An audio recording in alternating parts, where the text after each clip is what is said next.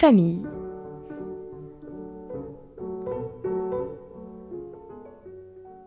Aujourd'hui en France, s'informer ne semble pas être un problème. Les informations tournent en boucle sur les télévisions, radios, journaux, réseaux sociaux, groupes WhatsApp et j'en passe. Cette surcharge informationnelle que l'on appelle aussi infobésité n'empêche pas que pour 59% des Français, il est important de s'informer régulièrement dans les médias, selon une étude de la Fondation Jean Jaurès. Cependant, qui dit pléthore d'informations ne dit pas forcément information de qualité et le rôle des parents est aussi d'éduquer leurs enfants aux médias et aux fameuses fake news dont nous parlons tant. Comment déjouer les fake news en famille ? C'est aujourd'hui le thème de Vie de famille, émission présentée par Isabelle Boulan. Pour parler de ce sujet, nous avons la joie d'accueillir Véronique Gabard. Bonjour Véronique. Bonjour. Professeure d'histoire-géographie au lycée Saint-François d'Assise de Savenay et professeure d'histoire, histoire de l'art à l'UCO et à l'université d'Angers. Alors Véronique, est-ce que vous pouvez rappeler aux auditeurs ce qu'est une fake news ? Alors ce mot est un mot anglais qui désigne une fausse information ou une information qui peut être manipulée, créée dans un but de nuire à quelqu'un ou à un groupe. C'est donc quelque chose d'intentionnel. Étroitement liée aujourd'hui au numérique, elle est fabriquée le plus souvent à partir d'informations que l'on trouve sur Internet. Oui, et on a ce qui caractérise aussi la fake news, c'est qu'elle ressemble vraiment à une information authentique.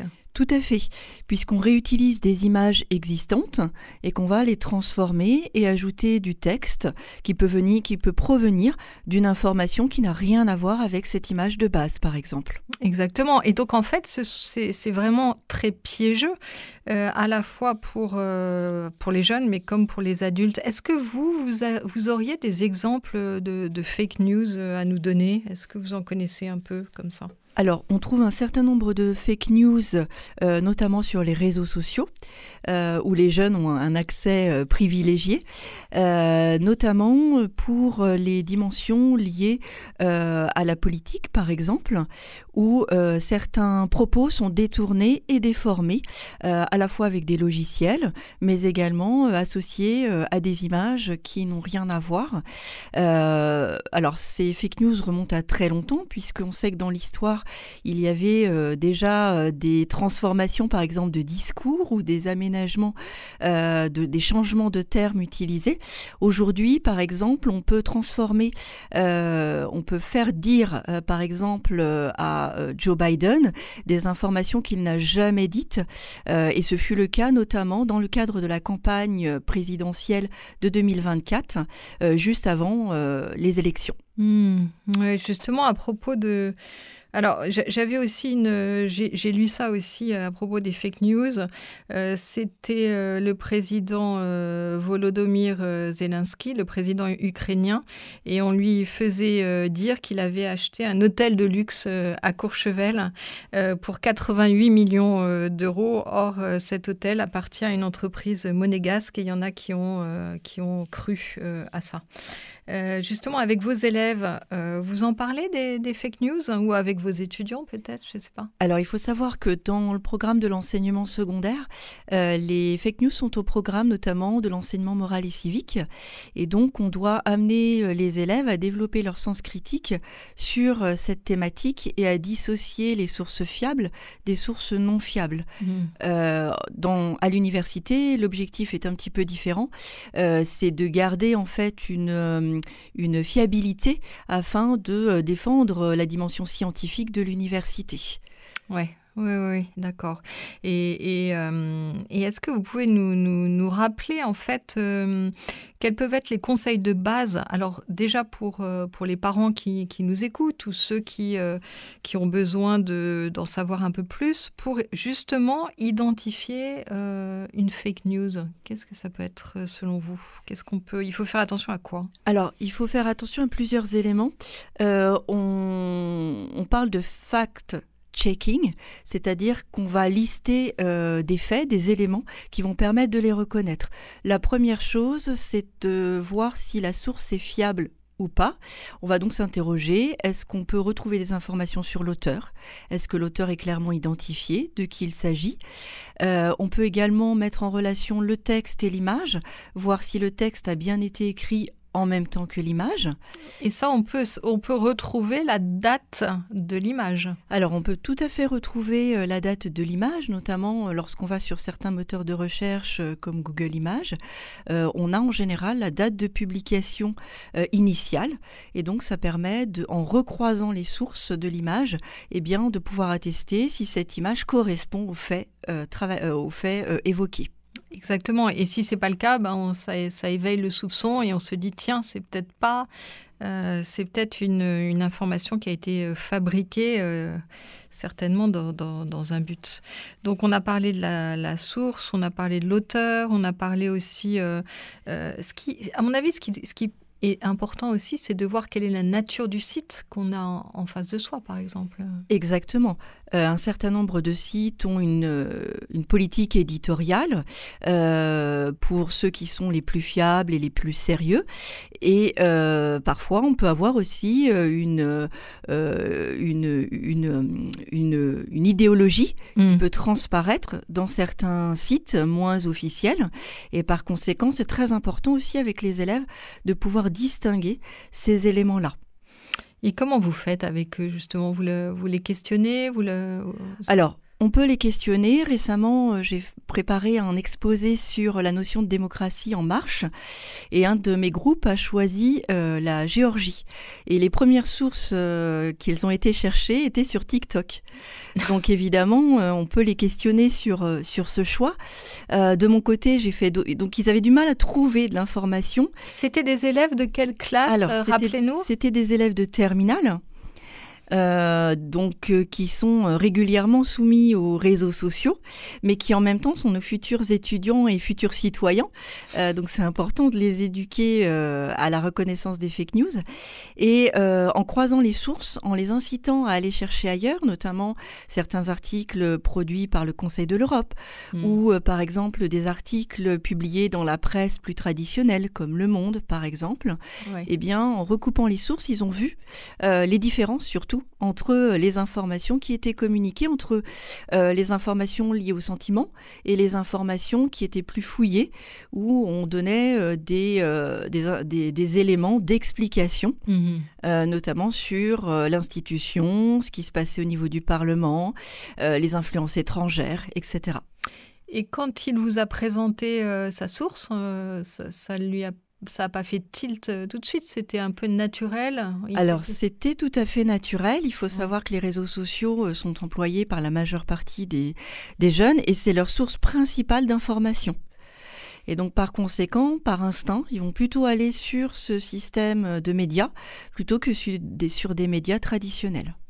Les médias traditionnels, en fait, ils n'y vont plus au lycée, dans les centres d'information, dans les CDI. Ils ne vont pas forcément aller voir le journal qui est présent, le quotidien. Alors, ils vont y aller si on les sollicite, si on les incite à aller vers ce type d'outils ou si on les guide en présélectionnant les éléments.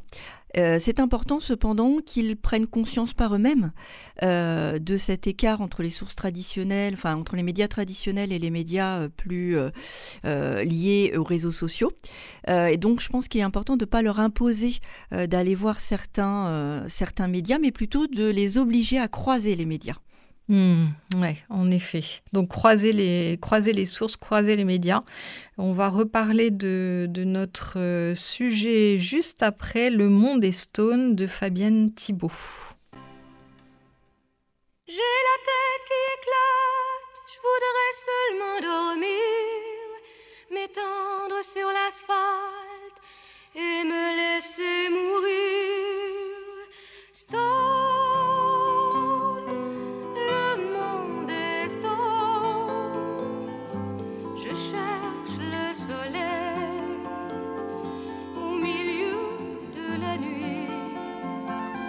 Je sais pas si c'est la terre qui tourne à l'envers ou bien si c'est moi qui me fais du cinéma.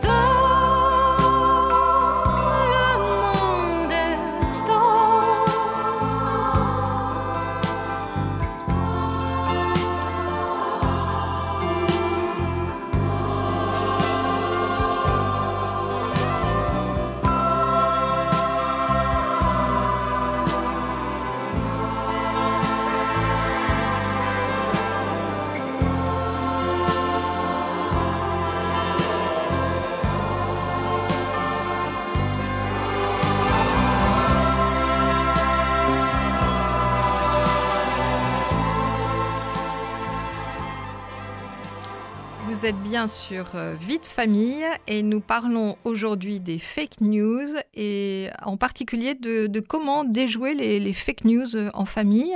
Et nous sommes avec Véronique Gabard. On parlait justement on a un petit peu évoqué les buts recherchés par ceux qui sont à l'origine des fake news parce qu'en fait, c'est une information qui est falsifiée dans un but particulier. Oui, l'idée, c'est de nuire à quelqu'un ou à un groupe. Ça peut même parfois déstabiliser certains États et ça peut aussi avoir des influences sur les choix de vote des citoyens. Ça influence aussi la façon donc, de penser. Elle peut être pratiquée par un individu, mais aussi par un État. Alors, on parle beaucoup actuellement du rôle de la Russie dans ces fake news. Oui, effectivement, le rôle de la Russie, il a été identifié plusieurs fois et je me souviens justement pendant la guerre en Ukraine, il y avait le bombardement de la maternité de Mariupol qui avait été véritablement bombardée par les Russes. Et en fait, les images montrant des victimes, elles avaient été dénoncées par les Russes et ils disaient que c'était des acteurs. Oui, voilà. Tout à fait. Alors, il faut savoir que la notion de fake news, elle s'applique indépendamment du lieu où on se situe et qu'elle est globalisée. C'est ce qui fait aussi son danger. Oui, donc quand vous dites globalisée, ça veut dire qu'elle est diffusée dans le monde entier ? C'est ça, elle est diffusée dans le monde entier et par conséquent, elle peut toucher un nombre de personnes très très important, ce qui n'est pas toujours le cas d'un média traditionnel. Oui, et en plus, elle est rediffusée et rediffusée. C'est ça, elle est likée, elle est transmise régulièrement et donc par conséquent, effectivement, elle est diffusée de façon multiple. Oui, ça peut être c'est exponentiel en fait, cette histoire de diffusion des fake news. À propos des enfants, quand on est une famille et qu'on doit faire face à tout ça, ce serait quoi vos idées pour éduquer les enfants pour qu'ils soient justement vigilants ? Parce que vous nous aviez parlé de l'élève de terminale qui donne sa source tout naturellement en disant ça vient de TikTok. Et dans nos familles, comment on peut faire, nous ? Alors, je pense que l'élément essentiel, c'est la discussion. C'est de parler en famille des événements de la société, de l'actualité. Et lorsqu'on partage en fait ce type d'événements, c'est plus facile aussi de les décortiquer avec les enfants, de leur expliquer ce qu'on en pense, mais aussi de leur expliquer la culture que l'on a et l'histoire que l'on connaît, par exemple, d'un pays, que les enfants ne connaissent pas forcément. Donc, on peut en discuter avec eux, ça c'est vraiment l'élément central, et les inciter aussi, évidemment, à aller voir d'autres sources que les réseaux sociaux. Et eux, c'est beaucoup sur Internet. Donc, dans ce cas-là, vous leur conseillez quoi ? Parce que c'est pas évident. Alors, c'est vrai que ça peut être compliqué parce que Internet, ils sont nés, ces enfants, avec Internet, ces jeunes. Ça peut être d'aller vers des sources plus fiables et d'aller avec eux sur Internet, tout simplement, et d'aller voir ensemble l'histoire d'un pays à travers, par exemple, une source fiable, des encyclopédies, par exemple, en ligne. Aujourd'hui, on a de nombreuses encyclopédies en ligne. Les encyclopédies gratuites, il y en a ? Alors, il y a un certain nombre d'encyclopédies gratuites. Moi, j'enseigne en section européenne. Et par exemple, l'encyclopédie de Cambridge met en ligne un certain nombre d'articles, par exemple, sur les fake news et sur la façon de les reconnaître en français et en anglais. Et donc, ça peut être un élément de discussion au sein de la famille, par exemple. Oui, donc en fait, vous êtes aussi favorable au fait que l'ordinateur doit être dans la salle commune, à un endroit où et pas forcément dans la chambre des enfants, c'est ça ? Tout à fait, exactement. Ils ont déjà accès à énormément de choses grâce au téléphone. Oui. Donc, l'ordinateur peut être justement aussi un point de relais, parce qu'on sait qu'ils vont y avoir accès. Donc, ça peut être un point de discussion, d'échange entre les familles, plutôt qu'un point d'isolement. Exactement. Et c'est ce que vous faisiez, vous, en tant que mère de famille aussi ? Vous aviez été vigilante là-dessus ? Alors moi, je suis très vigilante là-dessus. J'ai 4 enfants, donc j'essaye de faire attention à ces éléments-là. Et on utilise régulièrement l'ordinateur ensemble. Il est dans mon bureau. Et donc, ça permet justement d'échanger en fonction des besoins qu'ils ont. Et ça permet de discuter de l'actualité et de pouvoir les guider aussi sur les sites intéressants. Donc ça veut dire prendre le temps aussi avec eux de discuter de l'actualité. C'est ça, exactement. Alors nous, je sais qu'on mange assez tôt et donc on prend un temps après, souvent, pour regarder certains débats, par exemple, sur Arte ou sur la 5. Et ça permet justement ensuite d'en discuter. Et ils vous posent des questions certainement en disant qu'est-ce que tu en penses Voilà, exactement. Alors on n'est pas toujours d'accord, mais ça permet justement de développer le débat. Et c'est grâce au débat justement qu'on peut les amener à avoir un esprit critique. Et comme ce sont de futurs citoyens, eh bien les amener à réfléchir aussi par eux-mêmes. Oui, exactement. Développer son esprit critique. Ça passe aussi par le questionner, c'est-à-dire que l'enfant qui a un exposé à faire pour telle ou telle chose, peut-être qu'on peut s'autoriser en tant que parent à mettre son nez dans l'exposé. Ça vous est arrivé ? Oui, ça m'est arrivé. Je le conseille souvent en fait aux élèves de demander l'avis des parents, de demander une relecture, de demander aussi ce qu'ils en pensent. Ça permet d'avoir plusieurs avis et ça enrichit justement l'exposé. Par exemple, sur la situation que nous vivons aujourd'hui en France sur l'instabilité politique, je pense que c'est pas à laisser du tout de côté. C'est justement un sujet qui est très intéressant à discuter avec, alors moi pour ma part avec les élèves, mais aussi avec mes enfants, et de voir comment les collègues aussi le traitent avec leurs élèves. Ah oui, et ça c'est un sujet, et de quoi vous avez parlé ? Vous avez parlé, j'imagine, de la motion de censure ou des choses comme ça ? Alors on a beaucoup parlé effectivement de la motion de censure et également en fait des caractéristiques du Parlement. De ses rôles, des lois qu'il peut voter, mais aussi des actions qu'il peut mener lorsque le gouvernement n'est pas majoritaire. Oui, exactement. Donc, rappeler un certain nombre de choses. Et là, c'est du concret, puisque c'est ce qui se passe en France. Est-ce que vous constatez, je fais une petite diversion par rapport à notre sujet, mais est-ce que vous constatez un éloignement des jeunes vis-à-vis de la politique ? Alors, je dirais pas ça. Je dirais qu'ils s'investissent en politique différemment, de façon moins classique. Ils vont plus aller manifester, ils vont s'engager, pas forcément dans des partis politiques, mais dans des associations. Ils vont plus être, à mon sens, des militants. D'accord. Et donc, au sens noble du terme, c'est-à-dire un engagement en lien avec leurs préoccupations. Et il est vrai que souvent, leurs préoccupations sont moins politiques et elles sont plus environnementales, notamment. Oui, c'est ce que vous sentez actuellement.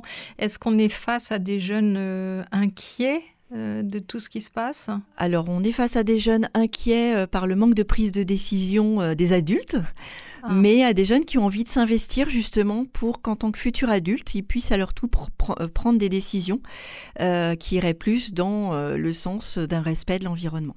Par exemple. D'accord. Et vous sentez ce besoin de réponse un peu plus efficace de la part des adultes ? Ça, c'est quelque chose que vous sentez qui est revendiqué ? Oui, tout à fait. C'est un vrai besoin qui est exprimé, y compris sur les fake news dont on parlait. Ils attendent vraiment notre avis, notre éclairage pour mieux comprendre. Et ils sont très intéressés de savoir qu'on peut, grâce à des logiciels, déterminer si c'est une fake news ou pas. Et donc, ils ont vraiment cette attente de l'adulte comme étant un peu un guide. Que peut-être que justement ça a été un peu perdu, ça, cet adulte qui justement prend position en lui disant voilà, il faudrait que tu fasses ça, enfin un peu plus dirigiste. C'est ça, tout à fait. Ils aiment avoir aussi notre avis.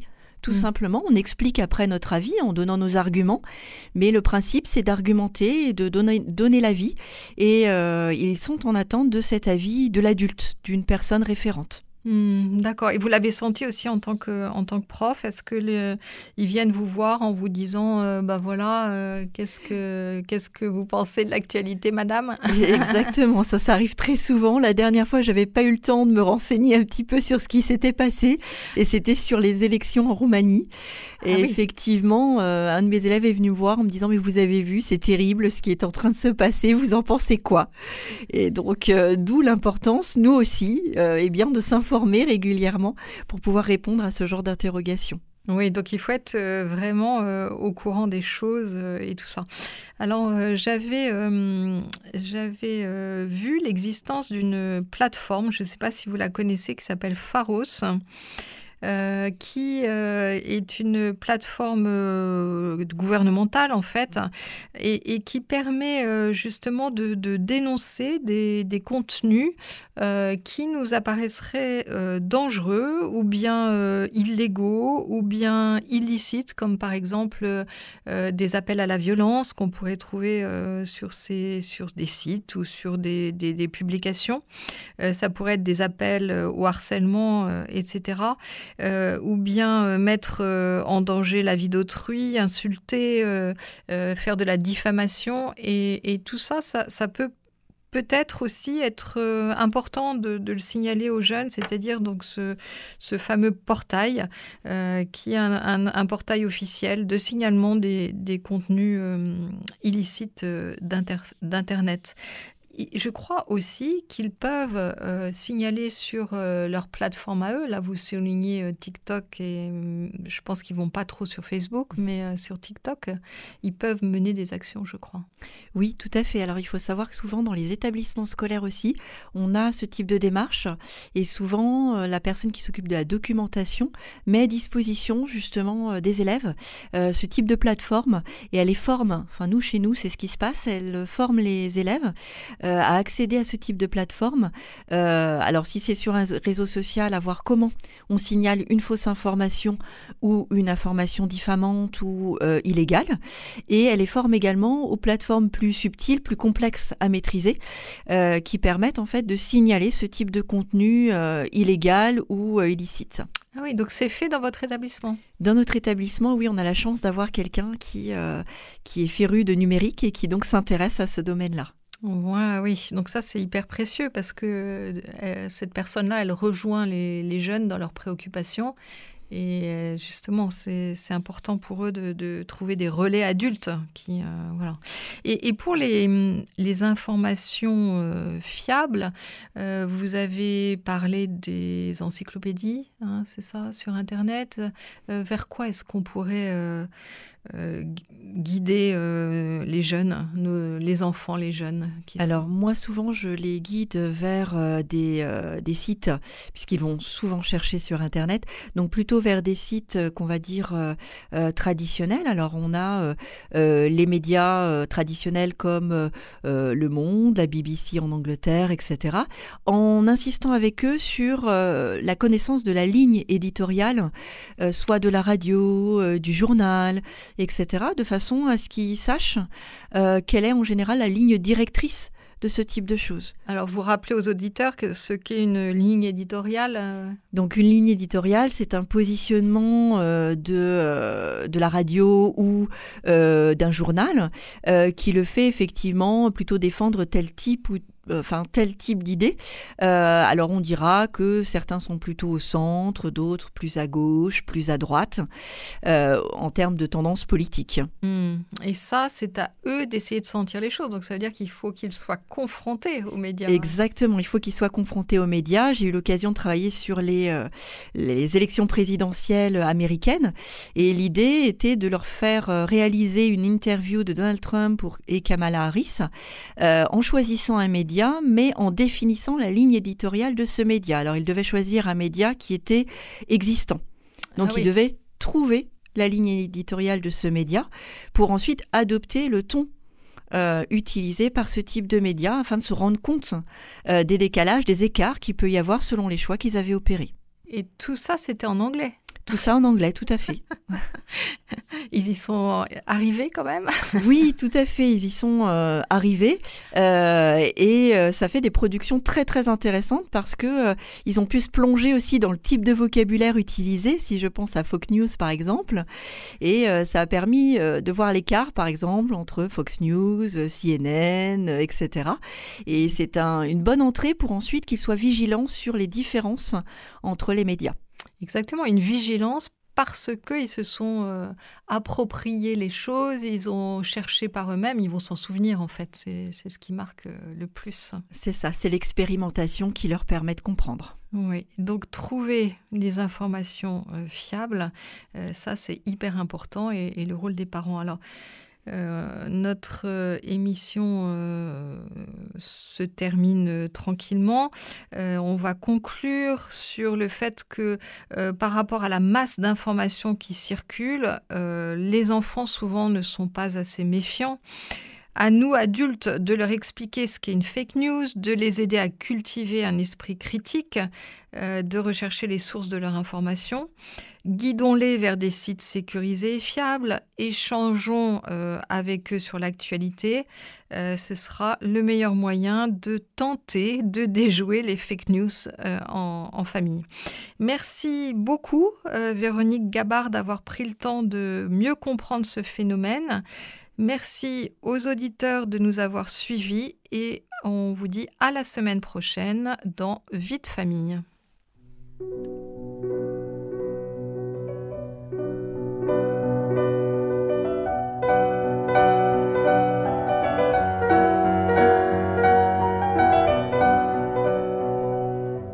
C'était Vie de famille.